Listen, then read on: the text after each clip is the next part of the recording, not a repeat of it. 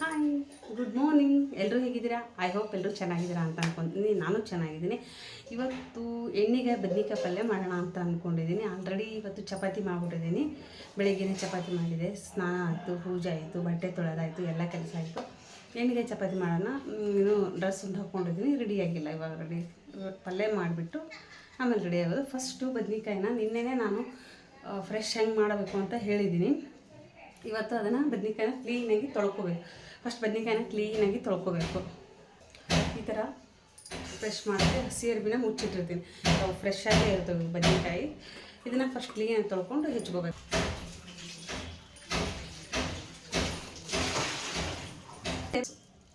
ಯಾವಾಗಲೂ ಬದ್ನಿಕಾಯಿನ ಹೆಚ್ಚಿದ ತಕ್ಷಣ ನೀರಲ್ಲಿ ಹಾಕಲೇಬೇಕು.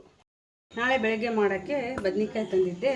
ಇದು ಫ್ರೆಶ್ ಆಗಿರಬೇಕು ಅಂದರೆ ಒಂದು ಹಸಿ ಅರಿಬಿ ತೊಗೊಂಡು ತೊಯಿಸಿ ಈ ಥರ ಮುಚ್ಚಿಟ್ಬಿಟ್ರೆ ಬೆಳಗ್ಗೆವರೆಗೂ ತರಕಾರಿ ಫ್ರೆಶ್ ಆಗಿರುತ್ತೆ.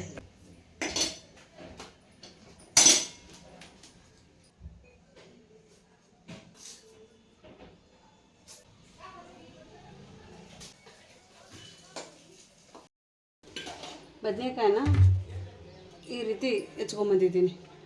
4 ಭಾಗ ಹುಳ ನೋಡಬೇಕು, ನೀರಲ್ಲಿ ಹಾಕಿಟ್ಟಿದ್ದೀನಿ. ಒಂದು ಟಮಾಟಿ ಹಣ್ಣು, ಉಳ್ಳಾಗಡ್ಡಿ ಸಣ್ಣಗೆ ಹೆಚ್ಕೊಂಬಂದಿದ್ದೀನಿ, ಮತ್ತು ಕೊತ್ತಂಬರಿನ ಸಣ್ಣಗೆ ಹೆಚ್ಕೊಂಡು ನೀರಲ್ಲಿ ಹಾಕಿದ್ದೀನಿ.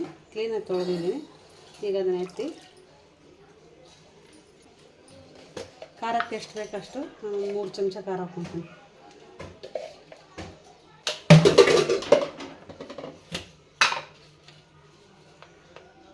ರುಚಿಗೆ ತಕ್ಕಷ್ಟು ಉಪ್ಪು, ಅರಿಶಿನ ಪುಡಿ, ಸ್ವಲ್ಪ ಎಣ್ಣೆ,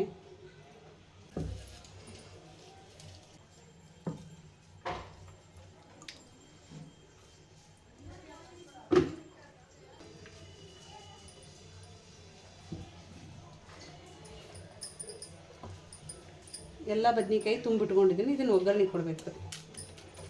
ಹೇಗಿದೆ ಎಣ್ಣೆ ಹಾಕ ನೋಡ್ಕೊಂಡು ಹಾಕಿ, ಸ್ವಲ್ಪ ಟೇಸ್ಟ್ ಚೆನ್ನಾಗಾಗುತ್ತೆ. ಎಣ್ಣೆ ಸ್ವಲ್ಪ ಜಾಸ್ತಿ ಇದ್ದರೆ.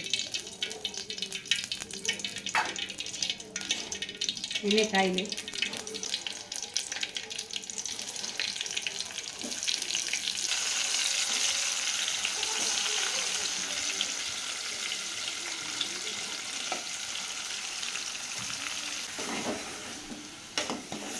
ಎಣ್ಣೆಲೆ ಚೆನ್ನಾಗಿ ಬೆಂದರೆ ಟೇಸ್ಟ್ ತುಂಬ ಚೆನ್ನಾಗಾಗುತ್ತೆ.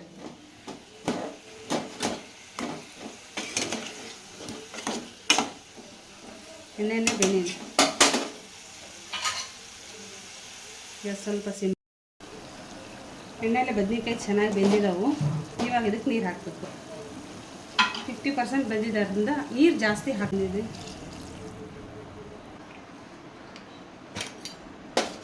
ಇದು ಶೇಂಗಾ ಪುಡಿ, ಅಂದರೆ ನಾನು ಶೇಂಗಾ ತಂದುಬಿಟ್ಟು ಹುರಿದು ಪೌಡ್ರ್ ಮಾಡಿ ಇಟ್ಟಿರ್ತೀನಿ. ನಂಗೆ ಚೌಳಿಕಾಯಿಗೆ ಹಾಕೋಕ್ಕೆ, ಈ ಥರ ಬದ್ನಿಕಾಯಿಗೆ ಹಾಕೋಕ್ಕೆ ಬೇಕು. ಇದು ಹಾಕಿದರೆ ತುಂಬ ಟೇಸ್ಟ್ ತುಂಬ ಚೆನ್ನಾಗಿರುತ್ತೆ. 2 ಸ್ಪೂನ್ ಹಾಕಬೇಕು. ಟೇಸ್ಟ್ ಸೂಪರ್ ಅಂದರೆ ಸೂಪರಾಗಿರುತ್ತೆ. ಬದ್ನಿಕಾಯಿ ರೆಡಿ ಆಗಲಿ, ನಾವು ರೆಡಿ ಆಗಿಬಿಟ್ಟು ಬಂದು ಊಟ ಮಾಡೋಣ. ಬಿಸಿ ಬಿಸಿ ಬಿಸಿ ಬದ್ನಿಕಾಯಿ ಪಲ್ಯ ರೆಡಿಯಾಗಿದೆ, ಕುದೀತಾ ಇದೆ. ಬಂದ್ ಮಾಡೋಣ. ಇವಾಗ ಗ್ಯಾಸ್ ಆಫ್ ಮಾಡೋಣ. ಬದ್ನಿಕಾಯಿ ಪಲ್ಯ ಆಯಿತು, ಊಟ ಮಾಡ್ಬಿಡೋಣ. ಊಟ ಮಾಡಿ ಬಾಕ್ಸ್ ಕಟ್ಕೊಂಡು ಹೊರಟ್ಬಿಡೋದು. ಬಿಸಿ ಬಿಸಿ ಎಣ್ಣೆಗಾಯಿ ಬದ್ನಿಕಾಯಿ ಪಲ್ಯ, ಚಪಾತಿ ಸೂಪರಾಗಿರುತ್ತೆ. ಎಲ್ಲರೂ ಬನ್ನಿ ಊಟ ಮಾಡೋಣ. ರೆಡಿಯಾಗಿದ್ದಾಯಿತು. ಈಗ ಊಟ ಮಾಡಿಬಿಟ್ಟು ಹೊರಡೋದು. ಆಫೀಸಿಗೆ ಲೇಟ್ ಆಗುತ್ತೆ. ಮತ್ತೆ